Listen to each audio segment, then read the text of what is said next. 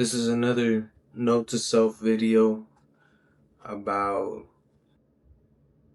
you're not suicidal. You're just yearning for something more that we cannot see, something more that you feel deep down, but you can't put a title to it. Maybe you've tried look at it through a Christian lens, a spiritual lens, a Muslim lens, like no lens, but you know that there's something like far greater that you want to go back to, that you have feelings of you being there before, that this world is not for you. And it's a feeling of yearning for something more than anything that this society can bring to you. I know for me, you know, I do feel suicidal most of the time, majority of the time. But in a sense where I'm yearning for something more. I'm yearning for where nothing is clicking for me in a way of like I enjoy things. And I think this world right now in the state that it's in, especially in the United States, it's hard for you to be happy. It's hard for somebody, you know, Gen Z, especially people my age, where you were taught how to be an employee, to follow this American dream, and in hopes one day that you can buy a house, start a family. I could talk about the housing market. I could talk about inflation. I could talk about everything that's wrong in the world. I could talk about the Epstein files. I could talk about how the top 1% is just a bunch of baby eating demon. But the fact of the matter is that people like me and you, the people that are at the bottom, yes, we're yearning for something that is closer to the source, that is closer to us. We are carbon beings. There's been multiple studies that, most people with disorders, especially schizophrenia, and a lot of disorders that they haven't touched on, that these mental illnesses, they did brain scans, and most of the time there is a lot of activity in the brain that's, that correlates a lot to dreams and things from the other side. Like they're experiencing different levels of reality. And I mean, nothing that I'm saying is pseudoscience. Any form of quantum physics can tell you that we're living in a holographic reality. Do I want to believe that this world is a matrix? Not really. That kind of sounds a little whack. Do I want to believe that this world is some type of test? Not really. Because what the fuck am I testing for? Like, owe anybody. I don't owe anybody anything to be tested on. So then when people say everything happens for a reason, or there's lessons that you need to be learned, or anything like that, I don't necessarily know if I believe them completely, because there's a lot of things that, and not just myself, but other tormented souls, or there's just a lot of things that happen to them that they would have been perfectly alright without them needing to know or experience. I know for myself, there is things that it is pure disgust thinking about that has happened to me. I didn't need to learn that. I didn't need to know that. I didn't need any knowledge or wisdom that was behind those traumas.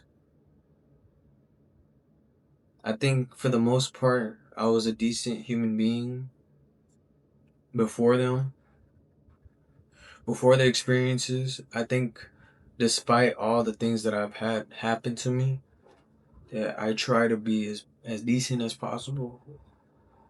I know that sometimes I am not the best friend that I want to be to people that are close to me, or sometimes I come off very closed off, or I don't let people get that close to me. And it's not that I don't share things with anybody. If we're having a conversation and I'm stuck with that conversation, I will give you my 110%. But I don't necessarily think that I reach out, or I like initiate conversations, or try my best to have conversations. But the thing is I used to be a type of person that was always trying to get a lot of things out of everybody. Any type of friendship that I would make, I was always trying to, peel the layers off anybody in any relationship. And I'm not talking about, romantic relationships. I'm talking about friendships, anything platonic.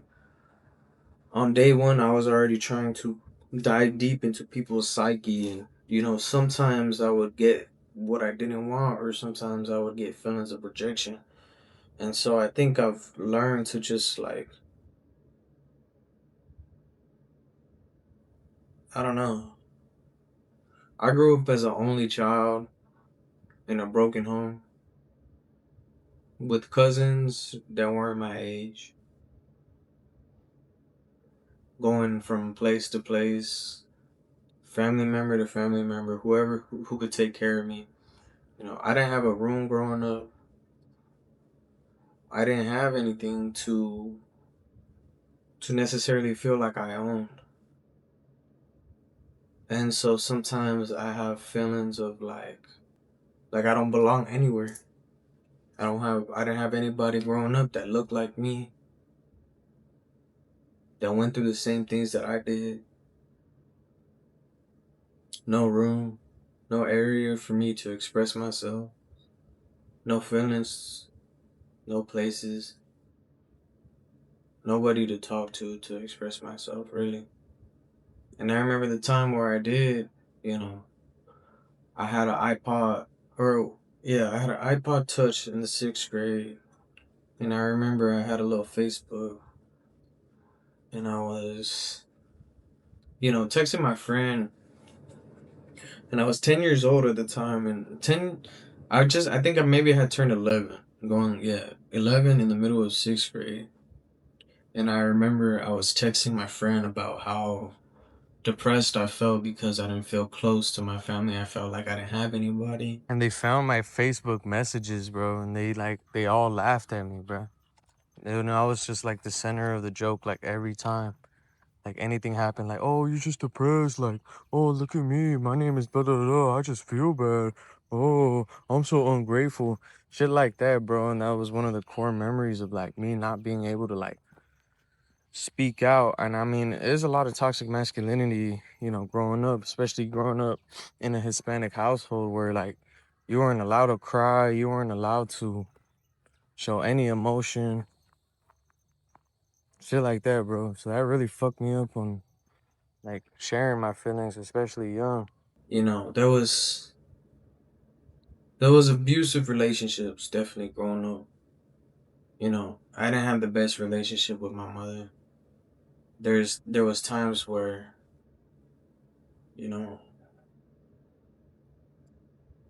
like I felt like maybe it would have been better off had I not grown up with a mother at all. Not to say like that I wish she was dead, but sometimes it was just like the things that she would say would hurt me more than if I just didn't hear them at all. I think I think every human longs for love. I think every child wants to be loved. I think that is a right to feel as a child that you want to be loved. And I think there is a lot of things that go wrong, when those building blocks or when you're being developed. If you don't have those type of things, that really messes you up.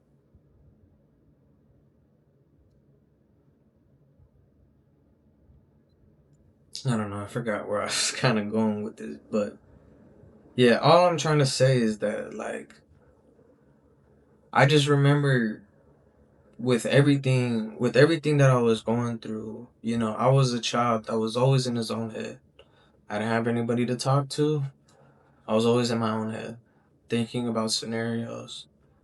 I grew up in LA, and I grew up poor in LA. So I saw the difference between the insane amount of people who were living in Bel Air, like Beverly Hills on TV and movies and all that.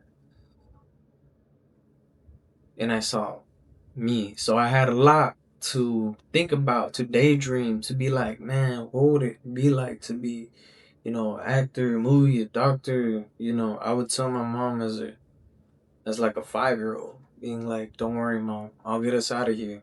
I'll buy you a mansion one day. And obviously now me and my mom and I have had some conversations. She's apologized for the way that things went, and I love my mom,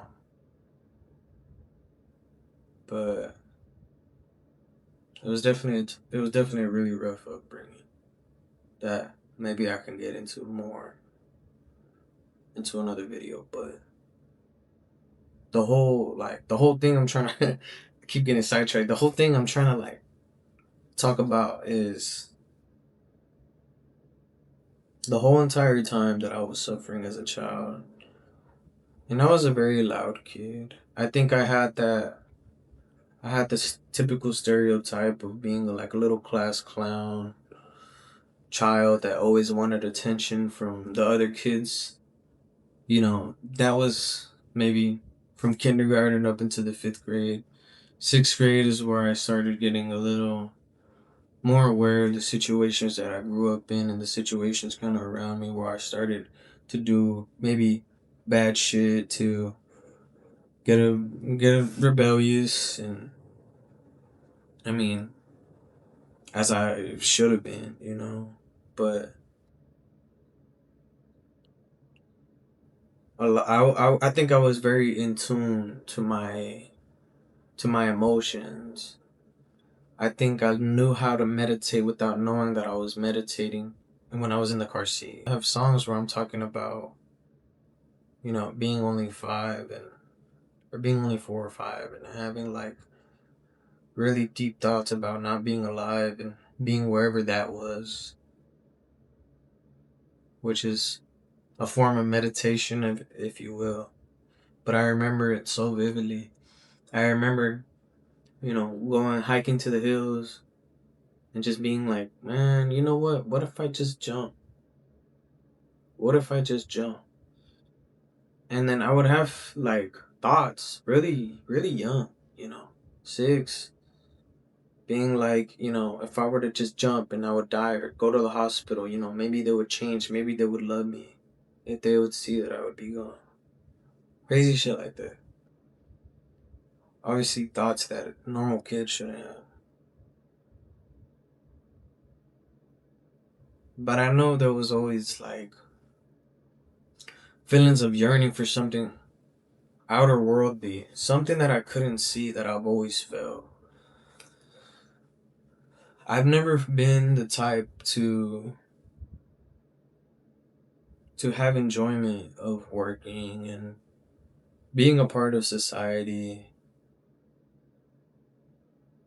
And I don't know if any other form, like maybe other forms might feel better, but as of right now, it just feels like this earth is some type of social experiment, like from something else, like otherworldly. Like there's just so much bad shit, and there's just so much like twisted shit you gotta do, and just a bunch of bullshit about being alive and working and existing and being a part of social media and in society in general. Like I don't really even be on social media that much, just because how much you're being fed, just things to compare yourself, things to consume, to make you feel like insecure and feel like shit, and it's either you join the society or you just feel like a reject. And there's just like no in between.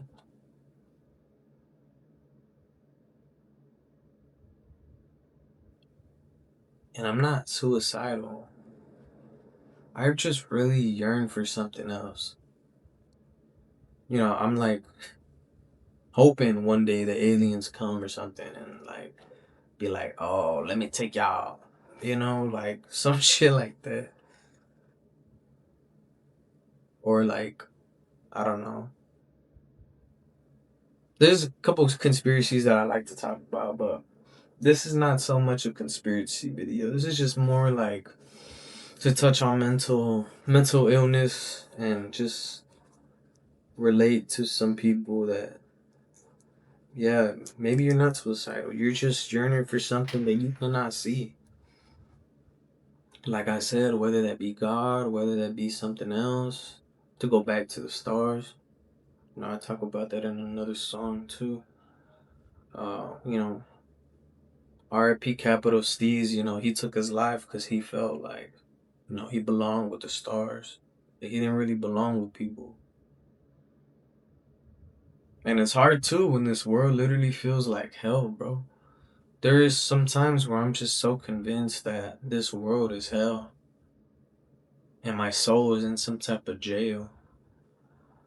That's the only time lessons, when people say lessons to learn on earth, sometimes it's in the spiritual community, they talk about karmic cycles and lessons to be learned. But then they talk about reincarnating back here. They don't really talk about reincarnating, you know, into. I mean, some people do, but they talk about then reincarnating back here and then having a better, karmic life and then doing it again and doing it again. But I just don't see how this earth is not hell, It gotta be. Fifth dimension is love, a world with love.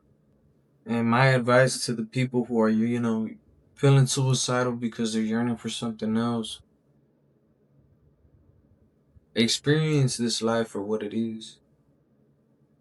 Think that you might not have another chance at living and vibe for it because you're already here. You got nothing to prove to nobody. Just experience it for what it is. Don't take this life away because you never know if you're going to get it again. But if you want to feel closer to what you're yearning for, tap in with your ancestors. Search up the places that you come from and learn more about them. For me, being half, North African, Syrian, I was looking at more in depth about Egypt and ancient civilizations in Egypt, looking at Egyptian magic, all that stuff. My half, my other half being Mexican, true indigenous roots in the Aztec regions, looking at what they did, how they got closer to the source, feeling like, yeah, I could be a part of the source. Getting close with the guides, the spirit guides. For my religious folks, go to church. I don't know. Not too big on religion over here, so I can't really help you out on that one. But you're not suicidal, you're just yearning for something that is out of this world.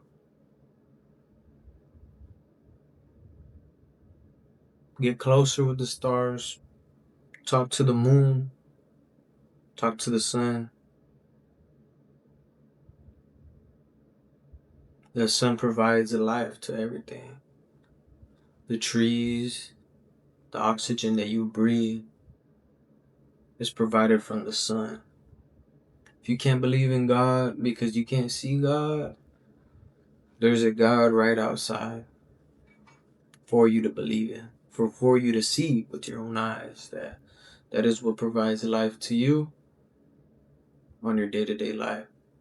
Talk to it. Talk to the sun. And if you can't talk to the sun, talk to the wind.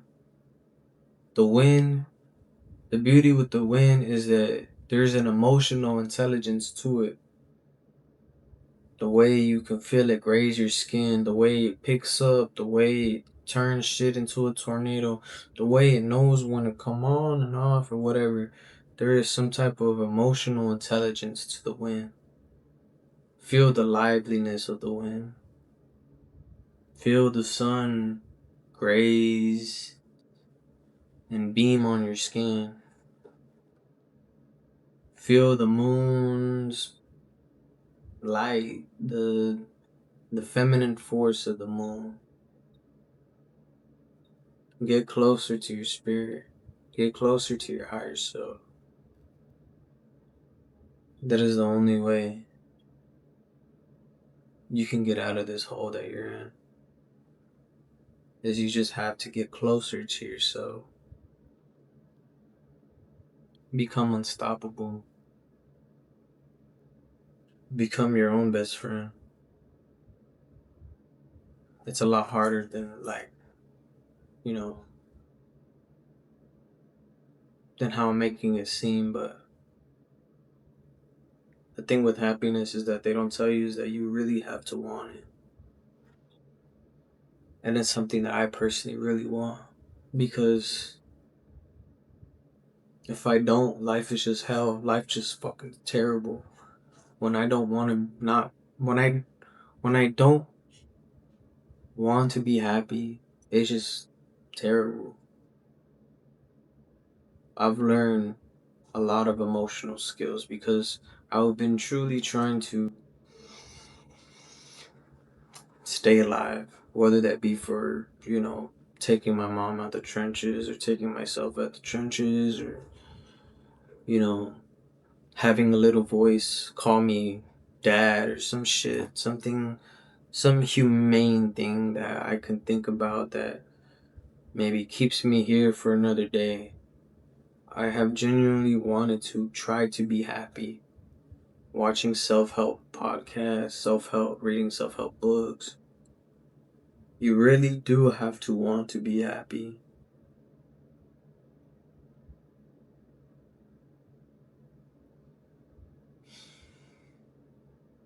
I love y'all. Y'all stay with me. Connect with yourself. Talk to yourself. You'll find this inner being in within you that is listening. I promise. If you really tap in with yourself, it'll be your higher self waiting for you.